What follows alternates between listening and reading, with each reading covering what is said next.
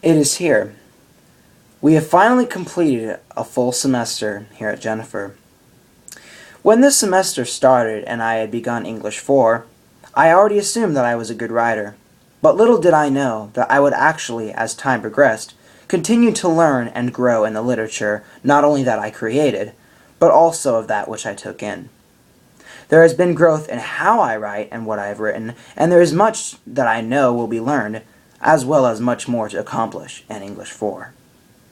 First, the growth I have seen in the way I write and what I have written is very large. I started and still continue to recognize and include the minor details in writing, such as different verb choices. The little things that, when added up, make the work of literature that much more great. Along with the little details, the main ideas for a piece of writing were an unknown struggle for me at the beginning of the year. Now, with ideas, for whatever it may be in the work, I've discovered that my ideas come from certain memories, once thought of concepts, or just random images. And with these I can use them to inspire my imagination for many possibilities in writing. Also, I have learned and dealt a lot with revising and editing. For me, it has been fairly easy to revise a piece because I don't mind being honest about what someone really needs to add or take away in their piece. I've also found editing pretty much the same. As long as you remember the G-cups, you're basically good to go.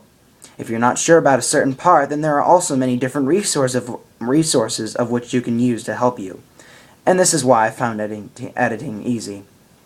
As far as strengths and weaknesses go, along with revising and editing, some of my strengths include the ability to be descriptive, have good word choices, and evoke emotion or feeling. Some of my weaknesses, however, would involve trying to think of the best idea. Though I can, there are moments when I am completely stuck, and when I get into this, I have learned that the best thing to do is just to walk away from the writing and come back later when my brain has taken a break. In addition to all that I have learned, I have also been able to create pieces of writing that show improvement in many forms since the beginning of the year. One of my favorites was a poem entitled Dark Depression. It was from our first writer's workshop, and to me is one of my favorites because, for one, the poem form it was in was all correct, and also it had a level of emotion and feeling that was very high, and, if I could say, powerful. The word choices had emphasis in almost every line and word as well.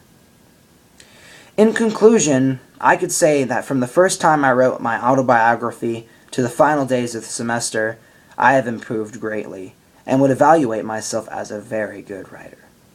I plan to become an even greater writer, as I am for sure there is much to learn in the next semester.